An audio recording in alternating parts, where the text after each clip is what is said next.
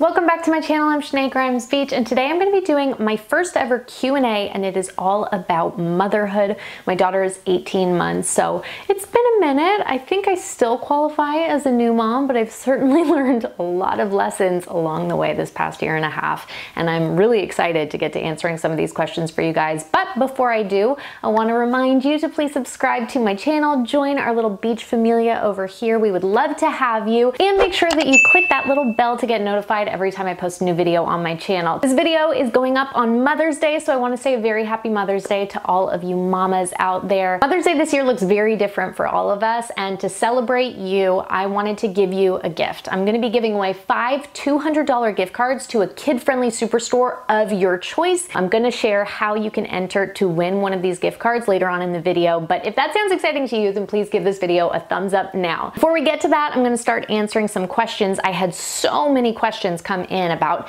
parenting, being a first-time mom, babies, all that kind of stuff. So I'm going to get to as many as I can, but there are some really good questions in here, so I'm excited to start answering them. So let's start with, does your toddler constantly throw her food on the floor? It's like you're a fly on the wall in my house. Yes, she does. She does.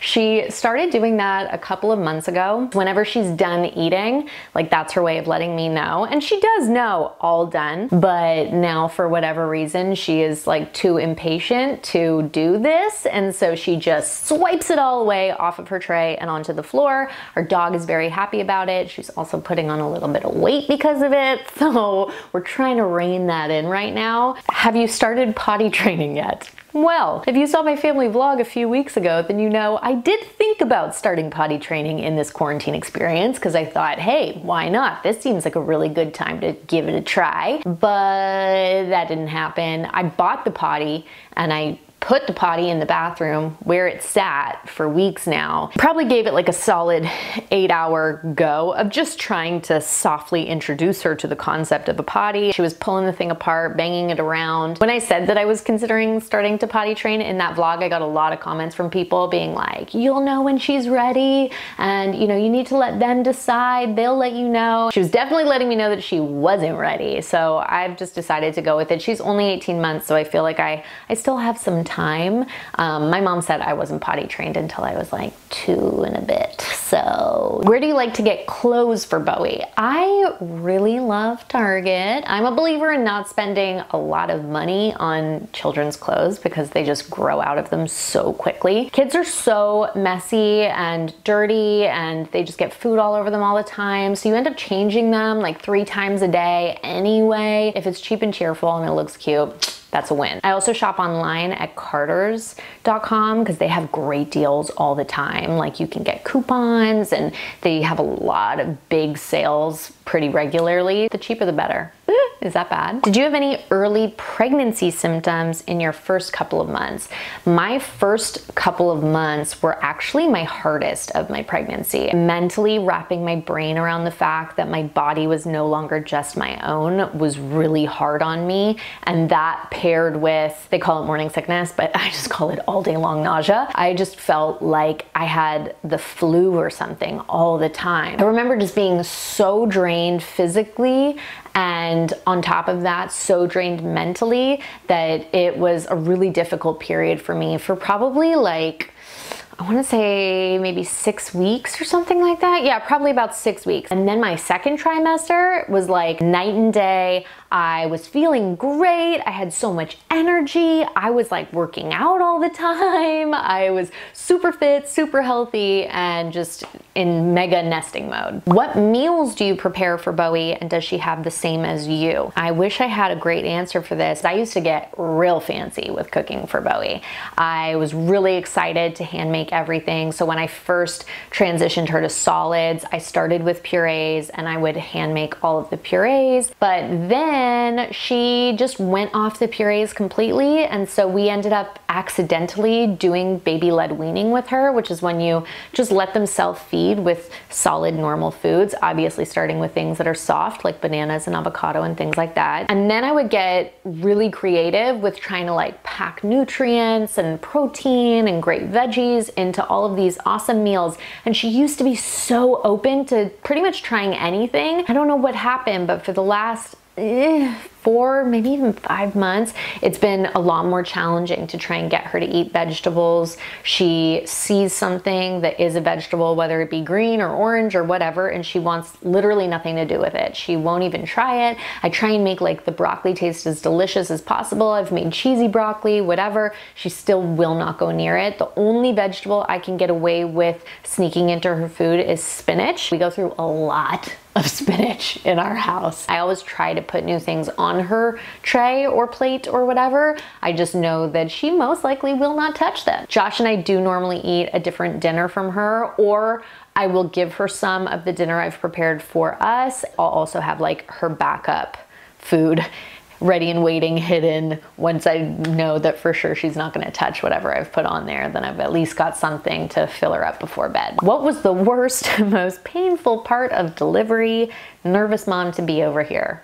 Well, I had an unexpected C-section, which I was not planning for, but the recovery of that was probably the most painful part. And honestly, you're just in such a daze anyway, and your hormones are all over the place, and you're like sleep deprived, and you're in love, and you're overwhelmed, and all this stuff. So you're not really thinking too much about that pain anyway. You got a lot of other things on your mind. As far as the actual like labor and delivery, obviously delivery wasn't painful for me because I was numb everywhere when that was happening. Thank God. Had I not been, I imagine that would have been very, very, very painful. The labor part, I was actually induced as per recommendation from my doctor. And when I was induced, my contractions just started to come, like that Pitocin kicks in and it was like boom, boom, boom, boom, boom. I've heard the contractions come in waves, and that's what I was preparing for because I always thought my water would break naturally and I would go into labor naturally, and then all of this would happen. With Pitocin, there's no waves. For me anyway, there was zero downtime in between contractions. It was literally back to back. As soon as I could catch my breath, another one was already starting, and it got really painful really, really quickly. And I was like, give me the epidural. To those women who do it without an epidural, I think you're an absolute rock star and superhuman. To those who do it without an epidural and have Pitocin, I literally don't even know how you're here watching this video right now. I say go in with it with no expectations, no judgment. I watched an episode of Kristen Bell's Momsplaining show on YouTube not that long ago, and she was like, well, get your birth plan and write it up in detail, and then you just take that thing and you rip it to shreds. And that's very accurate advice. Your birth is probably not gonna go the way that you expect it to or wish it to or whatever, and it's still gonna be magical and wonderful, and you wouldn't change it for the world because that's how your lovely little being is brought into the world. What was my diet post-baby, especially within the first year? You look amazing. Thank you very much. My diet changed drastically when my daughter was 5 weeks. She was extremely colicky, and I had a doctor who actually wasn't even my daughter's pediatrician. She was just filling in one day. She recommended me to try out this allergen-free diet. It's an elimination diet. You eliminate every possible allergen out there pretty much, and then you can gradually start reintroducing those foods to kind of find out what the culprit of your baby's upset and colic is coming from. I chose to not even bother trying to reintroduce any allergen foods into my diet because I did not want to go back to that colicky situation that we had on our hands before, so I just stayed allergen free for the entire duration I was breastfeeding, which was 6 months. I've done a whole video on my breastfeeding diet, so if you want to check that out, I'll link to it somewhere here now, and I'll link to it down below in the video description. I also have a free download for a meal planner with some recommendations for breakfast, lunch, dinner, snacks, etc.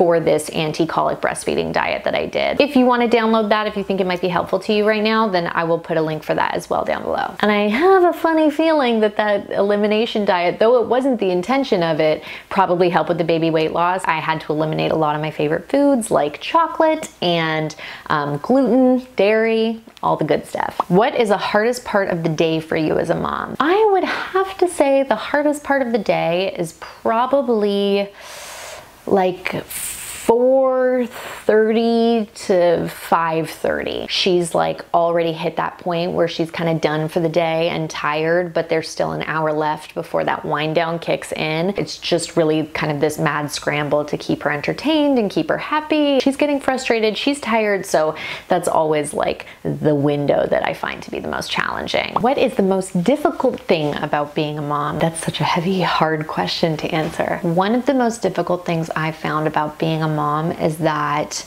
I feel even more pressure than I already put on myself before.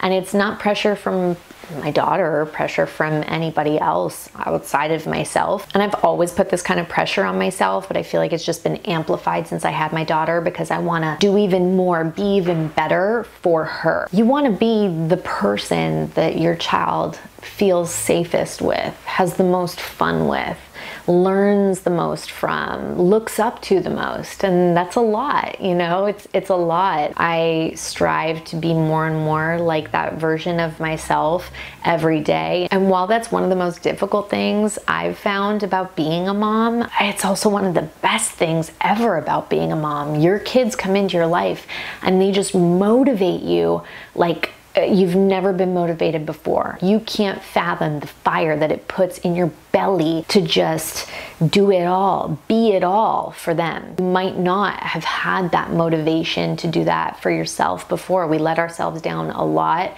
We, you know, struggle with willpower a lot when left to our own devices. But when you've got a little one who's depending on you, looking up to you, watching your every move, then the time is now. You can't put it off anymore because days fly by so quickly and they're sponges. They're picking every little thing up. So you got to move fast. You got to make those changes in yourself. And what I'm learning now, a year and a half in, is part of that is actually being patient with myself too and giving myself some grace because I want her to give herself grace. That's something that I've never done for myself. I'm always my biggest critic. I'm always so hard on myself, and I've always thought that that was motivation and that was drive. And now I'm learning that actually the example I want to set for my daughter is all of those things: being driven, being motivated, being independent, and going after your dreams. But it's also giving yourself grace in the process. And it's a pretty powerful thing to be learning at 30 years old. How did you handle sleep regressions? Sleep regressions happen, they're inevitable. Don't be afraid of them. They're coming, and sometimes you'll notice them more than others. Every baby is different. And I really wouldn't put too much pressure on yourself. When those things happen, just know that that's what's happening, and that's okay, that's natural, that's par for the course. Anytime a sleep regression happened with my daughter, I would kind of judge it based on what I really felt her needs were in that moment. If I felt like she needed me to kind of take a couple steps back, then I would, and I would, you know, comfort her and make sure that she knew she was safe. And then sometimes if I knew that she was fine and she was going to get past it, I would keep those sleep training tips in my back pocket and just push ahead with it, and it would end really, really quickly. One of the things I definitely learned though is that forming habits is a lot easier to do than breaking habits. Forming habits, you know, if you go in and you comfort your daughter, get her up out of her crib, or, you know, kind of console her, rock her for another hour before you actually put her down to sleep that night, like she's gonna want that again tomorrow. Breaking habits is just hard on everybody involved. I'm not gonna sugarcoat it, but I do have to say that sleep training was like one of the best things I could have done for my baby and myself. She sleeps like a freaking rock star, and that was not at all the case for the first 6-7 months of her life.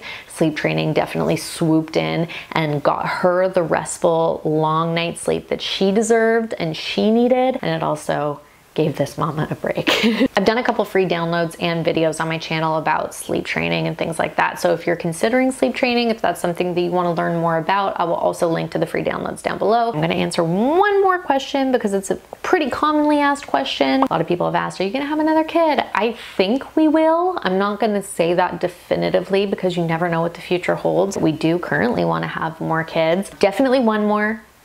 Maybe more. We'll see where life takes us. My heart has just opened up so much since having a child, and I now know I was meant to be a mom, which is something I questioned about myself forever because I don't know, I'm not like the cookie cutter mom, Mother Earth figure. Every single day watching my daughter become this person and learn and laugh and have just pure joy on her face gives me joy like I've never known it in my life. So of course I want more of that. I think we have more love to give another child. We're not rushing down that road right this second. She's 18 months. We always said, oh, you know, 3 or 4 years apart would be a good age difference. So we'll see. We'll see what the future holds. I hope you guys enjoyed hearing some of my answers to some of these questions. Comment below if you want to see another Q&A on a different subject. Now let's get to the good stuff. Your Mother's Day gift. I'm giving away 5 $200 gift cards to a kid-friendly superstore of your choice. Wherever you go for your baby and child's needs, then that is your call to make. I do want to preface with the fact that these are challenging times for so many people. So if you don't consider yourself someone that would really benefit from a gift like this right now, then just don't enter to win, because there are other moms out there who could really use this gift card. If this time has taught us anything, it's definitely to think about your neighbors. So I just wanted to put that out there. To enter for a chance to receive this gift, you have to be subscribed to my YouTube channel. So go ahead and do that right now. And once you've done that, you can find the thumbnail for this YouTube video on my Instagram feed. Go ahead and give that photo a like, and then in the comment section below, tag 3 friends with the hashtag Shenae's Mother's Day gift. Not a super creative hashtag, but it'll do the trick. I'm gonna leave all the rules for the giveaway down in the video description below, so if I lost you somewhere along the way, then you'll find that there. I'm going to be selecting a winner within 24 hours of this video going live, so you do not have long, people. Get to it. Oh, and before I go, if you're not a mom, but you know a mom who would benefit from a Mother's Day gift like this, then please nominate them. You can share this video with them, let them know that this is going on, make sure that they are entered to win. Share this with as many moms as you can. I wanna wish you the best of luck. I hope you're one of the recipients of this gift. This is my way of telling you how much I appreciate you. We are in this together, and I am so honored to be a part of the Mom Club with all of you guys. Thank you so much for watching this video. If you liked it, give it a thumbs up. Again, make sure you're subscribed. Happy Mother's Day to all of you. Sending you a big virtual hug, and I will see you in the next video. Mwah!